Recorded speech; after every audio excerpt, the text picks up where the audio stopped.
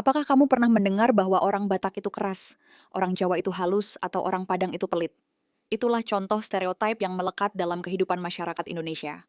Dalam negara dengan ratusan suku, keberagaman seringkali disederhanakan lewat label-label yang tidak selalu adil. Tulisan ini berangkat dari keresahan terhadap bagaimana stereotip etnis terbentuk, disebarkan, dan berdampak pada relasi sosial antar warga negara. Meskipun sering dianggap sepele, stereotip bisa memperkuat diskriminasi, bias struktural, hingga merusak solidaritas kebangsaan. Jadi ini dia 5 suku di Indonesia dengan stereotip yang melekat pada umumnya. Suku Batak. Mengapa orang Batak sering dianggap galak, meski mereka hanya sedang berbicara biasa? Seorang anak rantau dari Tapanuli tiba di kota besar. Dalam minggu pertama kuliah, teman sekamarnya berkata, "Jangan galak-galak ya," katanya orang Batak itu suaranya kayak marah terus. Ia hanya tersenyum, sudah biasa. Itu bukan pertama kali stereotip itu dilemparkan padanya. Orang Batak dikenal vokal, tegas, dan blak-blakan. Banyak orang menganggap itu kasar, padahal yang ia inginkan sederhana, didengar dan dianggap setara. Namun keinginan itu sering berbenturan dengan budaya daerah lain yang lebih halus, lebih menyimpan perasaan. Akibatnya, komunikasi jadi salah paham. Bahkan tak jarang mereka dicap tidak sopan sebelum sempat menunjukkan siapa dirinya sebenarnya. Titik balik terjadi ketika teman-temannya mulai mengenal dia lebih dekat. Mereka melihat bahwa keberaniannya menyuarakan pendapat datang dari budaya keterbukaan, bukan kemarahan. Bahwa ketegasannya adalah bentuk penghargaan, bukan arogansi. Dan dari situlah perubahan dimulai. Bukan stereotip yang hilang begitu saja, tapi cara kita menanggapi dan menafsirkan menjadi lebih manusiawi. Karena satu suara lantang tak selalu berarti keras hati. Suku Jawa. Mengapa orang Jawa yang dikenal halus dan sopan justru sering dicurigai menyimpan niat tersembunyi? Di sebuah rapat organisasi kampus, seorang mahasiswa asal Jawa memberikan pendapat dengan nada lembut dan senyum ramah. Tapi setelah keluar ruangan, ada yang berbisik, dia itu licik. Kelihatannya lembut, tapi main di belakang. Stereotip ini bukan hal baru. Budaya Jawa sangat menjunjung tinggi unggah-ungguh, tata krama, dan keseimbangan. Tapi justru karena komunikasi mereka cenderung tidak langsung, banyak yang salah menafsirkan itu sebagai kepalsuan atau tipu daya. Padahal yang mereka inginkan sederhana, menghindari konflik terbuka dan menjaga harmoni sosial.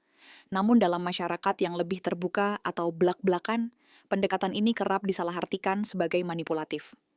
Sampai suatu saat, orang-orang mulai menyadari, kelembutan bukan berarti licik, diam bukan berarti menyimpan rencana. Di balik tutur yang pelan dan sopan, ada kebijaksanaan untuk menunda ego, demi menjaga suasana tetap utuh. Dan ketika persepsi itu bergeser, kita belajar bahwa memahami budaya bukan soal menilai, tapi soal mendengarkan cara berpikir yang berbeda. Suku Sunda. Mengapa orang Sunda yang terkenal ramah dan periang sering dianggap kurang tegas dalam mengambil keputusan? Di ruang diskusi kerja kelompok, seorang mahasiswa asal Sunda selalu tersenyum dan mengiyakan pendapat teman-temannya. Tapi setelah pertemuan selesai, seseorang nyeletuk, "Orangnya asik sih, tapi kayak nggak pernah punya sikap." Stereotip ini sudah melekat lama. Periang, lembut, suka bercanda, tapi penakut atau sulit mengambil keputusan. Dalam budaya Sunda, nilai-nilai seperti silih asah, silih asih, silih asuh mendorong keharmonisan dan menghindari konfrontasi langsung. Yang mereka inginkan sebenarnya jelas. Situasi damai, suasana nyaman, dan hubungan yang tetap utuh. Namun keinginan itu kadang berbenturan dengan ekspektasi lingkungan yang mengedepankan ketegasan dan dominasi. Hingga akhirnya orang mulai sadar bahwa ketegasan tidak selalu harus lantang. Dalam banyak kasus, pendekatan lembut orang Sunda justru menjadi jembatan yang menenangkan konflik dan memperhalus ketegangan. Dan dari sana kita belajar, kelembutan bukan kelemahan. Ia adalah cara lain dalam menunjukkan kendali, dengan senyum sebagai kekuatan, bukan pelarian. Suku Minang atau Padang. Mengapa orang Padang sering disebut pelit, padahal mereka justru dikenal dermawan dalam keluarga dan komunitasnya? Seorang perantau Minang membuka rumah makan kecil di kota. Setiap pelanggan yang menawar harga, ia tanggapi dengan senyum dan kalimat singkat, "Harga segitu aja, Dek." Tak lama, komentar pun muncul. "Dasar orang Padang, hitungan banget." Stereotip pelit tapi jago dagang begitu lekat dengan orang Padang.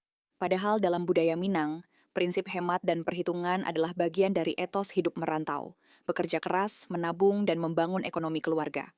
Yang mereka inginkan sebenarnya mulia, kemajuan bersama, dan kemandirian tanpa bergantung pada orang lain. Namun karena prinsip ini jarang dijelaskan secara utuh, masyarakat luar hanya melihat permukaannya. Irit, tidak fleksibel, terlalu bisnis. Hingga suatu saat, pelanggan itu kembali, bukan hanya karena makanannya enak, tapi karena pelayanannya konsisten, jujur, dan bersahaja. Dari situ ia mulai paham. Disiplin ekonomi bukan berarti pelit.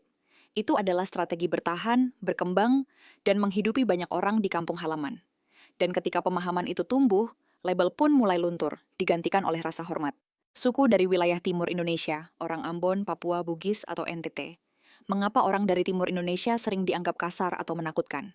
Padahal mereka bisa jadi teman paling setia yang pernah kamu temui. Di tengah keramaian kampus, seorang mahasiswa asal Papua bersuara lantang saat berdiskusi. Suaranya besar, gerakannya tegas.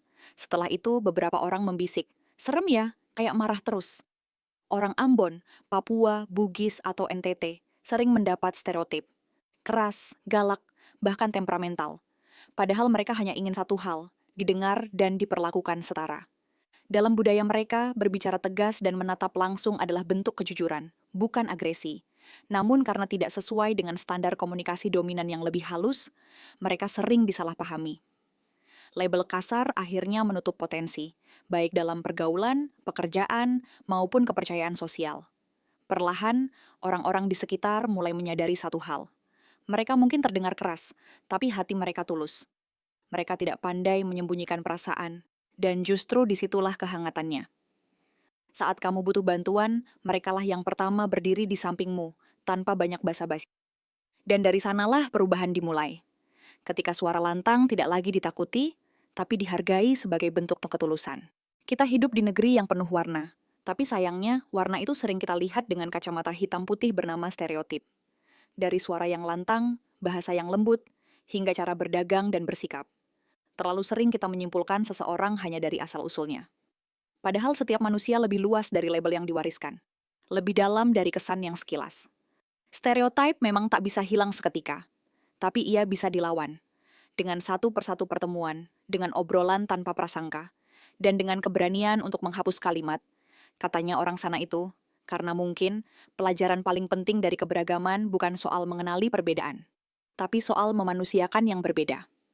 Kalau kisah ini membuatmu berpikir ulang, mungkin sudah waktunya kita mulai membangun cerita baru, dengan suara yang lebih jujur dan sudut pandang yang lebih adil.